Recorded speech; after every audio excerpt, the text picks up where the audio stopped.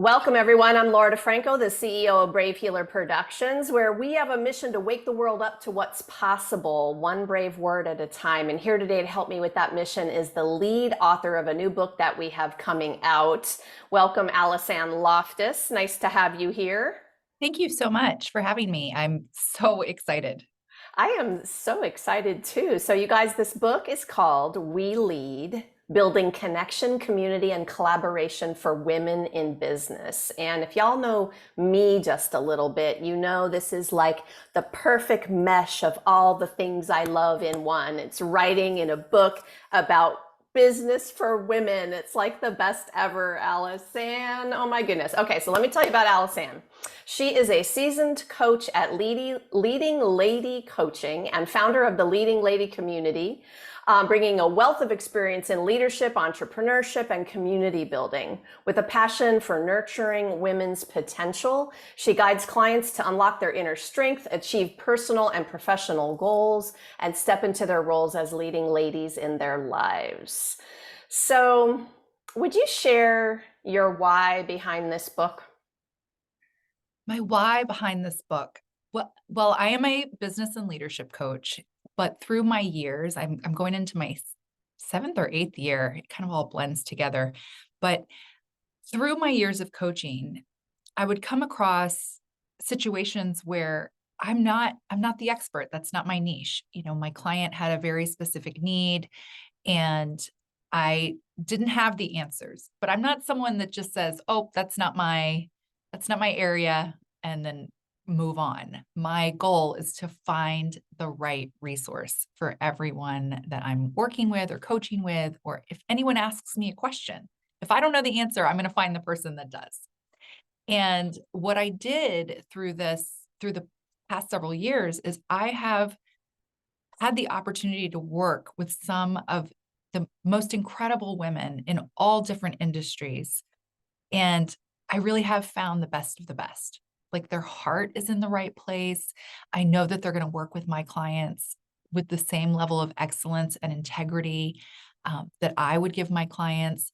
And as I got to know these women, I'm like, you all have powerful stories to share, powerful stories to share. And so I invited them to share their stories in this book and just continue to be a resource to anyone who's out there looking for support. So, were you always a business coach? What did you do before then? Tell me the story. How much time do we have? Give me the short version. So my background is education. I worked in early childhood education, kindergarten. I was in school for elementary ed with a specialization in special ed, specifically children with autism. And so I'm a teacher. And when I was about to give birth to my first child, I thought, what am I doing? I'm going to bring this little perfect person into the world and have to find childcare for her so that I can go and work, with other people's children. And something just didn't sit with me. And so I ended up resigning from my job and I was totally prepared to be a mom. I wanted to be a mom, spend all my time with my child. But I'm not really baked that way. And I think my husband knew that too. He was like, wow, this is going to be interesting. But, and I think a lot of us that go into business, we're not necessarily looking to go into business. More often than not, the people I talk to, they sort of stumbled into entrepreneurship. So anyway, an opportunity came up where I was offered the opportunity to buy a building and open my own childcare program. So, Laura, 10 days before my daughter was born, I started a business. Whoa. And I don't share that. It's like, whoa, she's so amazing. How awesome. No, it was crazy. I do not recommend going through a major life event and starting a business. But, when is the right time to start a business? So, started my preschools and then had my baby and knew nothing about business. Thank goodness I had a lot of support from my husband, who is a business owner. And I had to kind of fall my way through learning how to run a business, right? And obviously, 2008, the market crashed. My business was struggling. I had to make some tough calls. Got through that, kind of like, what the heck just happened here? And I realized through, I guess, the fall and the rise that I really love business. I love business. I love processes of it.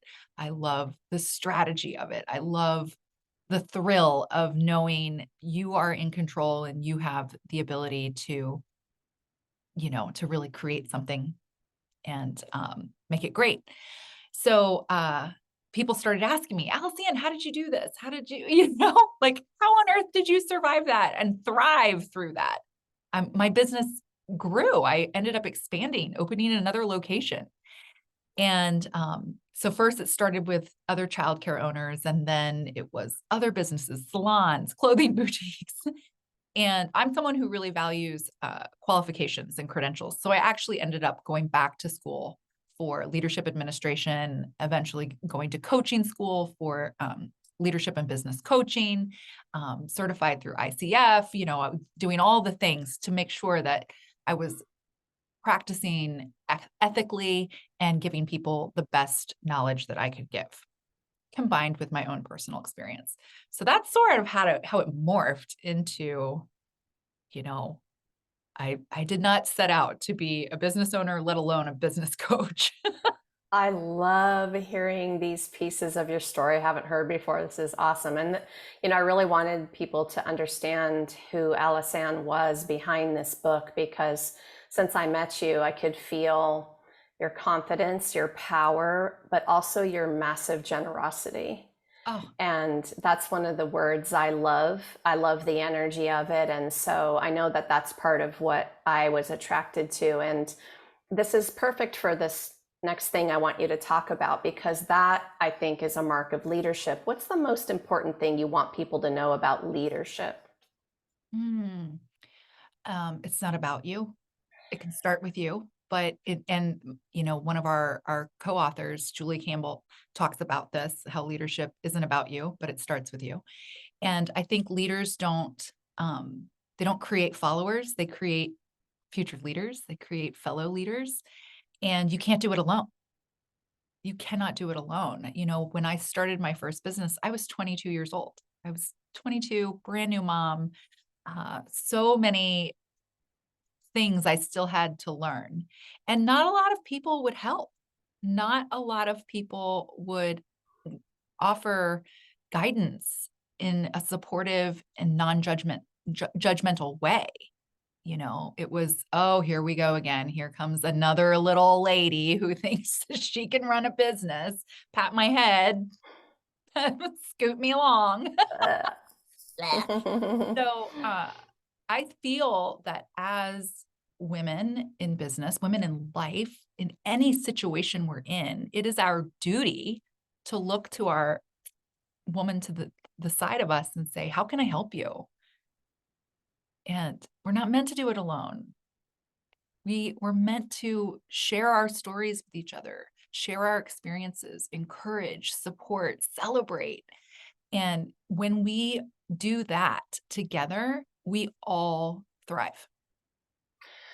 Well, oh my gosh, you touched on a couple things I want to keep going on, but there are powerful words in your subtitle like community and collaboration. And I think the people that reacted to you when you were beginning your journey were not in an energy of collaboration. And today I can happily say I'm surrounded with people who get it. Mhm. And I would imagine you would say that the community and the collaborative community has contributed to your success. What else do you think has contributed to your success? Other than my tenacity. Well, let's talk about that. Yeah. What do you mean when you say that? Give me that personal window to what that has been for you. I'm a fighter, and that served me well in my early life to not take no as an answer. I figure it out. I'm a problem solver. Um, some people think that that's a skill or a talent. I think it's trauma. It's just like, I can laugh about that now, but, we go through what we go through so we can grow through it. And I do believe that I have a tenacity that just doesn't allow me to fail. Failure is not an option for me. The path might look different, and I'm open to that, which I think we have to understand that sometimes our goals change, and that isn't failure. Failure is when you are so set on one goal that you close yourself off to so many other opportunities. And I think my love of learning and curiosity and openness to just accept whatever opportunities come my way, I think that has really led to my success. I think that in order to be successful, you have to be incredibly open-minded and know that you don't know everything. So when you surround yourself with people who are different from you, think differently than you, see differently than you do, love differently than you do, um, you can't help but grow.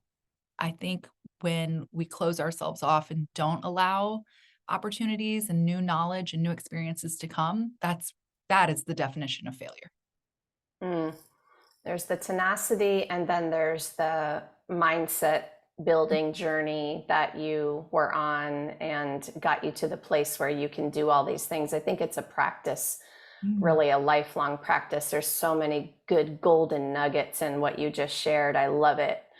Um, I feel that tenacity also, and also you redefined failure, which I also have done. Those are stepping stones to me. They're learning moments.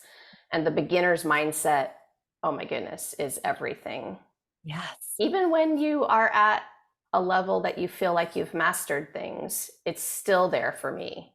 Yeah. Yeah. Absolutely.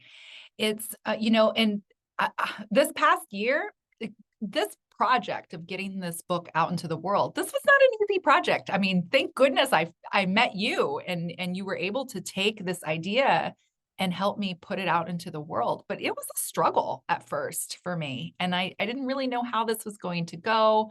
I stepped away from it. I felt, a little defeated. I had to take a break, and I don't think leaders talk about that enough. I took a sabbatical this past year. I stepped back from my work. I nurtured my body, my soul, my mind, um, and I rested. I allowed myself to rest and to heal. And I don't think we talk about that in leadership enough. However, because of the community I have, things kept moving. Other women picked up the ball. They led, they carried the load, they shared my burden, they checked in on me. And I, I I will say it a million times over that I wouldn't have gotten through without this powerful community. Mm, it's a powerful feeling to have an inner circle that has your back like that. That has meant the difference between success and failure to me, the community. So you mentioned your co-authors. Is there any message that you have for all of your co-authors today? Oh, I am so humbled and so honored to work with them, to learn from them, to share our experiences together. But the friendship and just I I'm taking my breath, my words they escape me because there's just so much love and admiration for each of these women. They truly embody leadership in every definition of the word, in how they lead themselves, how they lead their businesses and their organizations, their community, and how we've linked arms to support one another.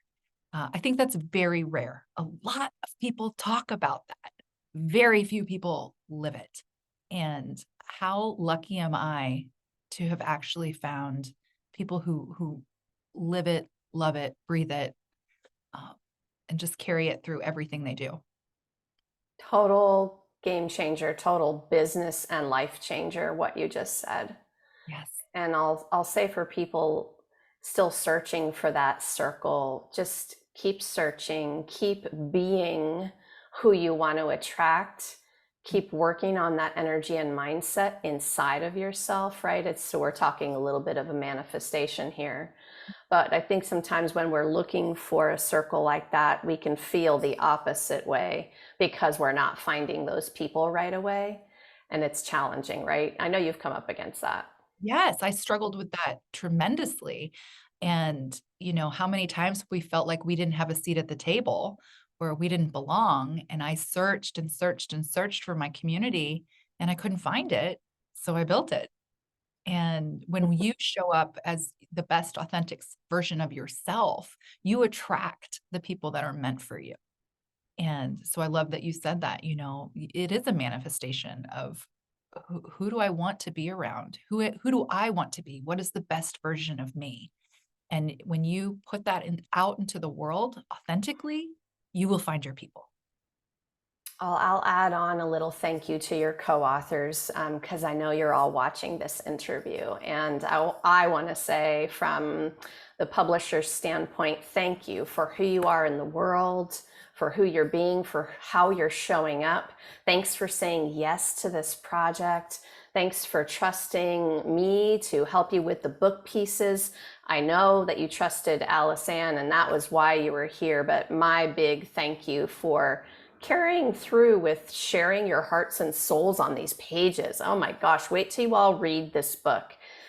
We are offering vulnerable stories because we know there's pieces of healing in those stories, but what these women are doing for you is offering their master teachings on business. I keep saying in all of our interviews, this is the book. Like, can you imagine having this book when you started your first business? Like, I Right? get excited. This Yeah. is the book 22-year-old Alice-Anne needed. Oh my gosh, yes. I so needed this book. So we're excited to give this toolkit to you all and these beautiful, generous, amazing, wise, intelligent women who are writing in it. So, all right, I know you have a lot going on aside from the book. Do you want to tell everybody about your programs and your services and what you're up to and what do y'all do over there at Leading Ladies? So we have a Facebook group, about 6,500 women. It's continuing to grow. Join us on Facebook. It's a powerful community that just is so positive and uplifting and loaded with resources. It's just, if you need it, you can find it in Leading Ladies.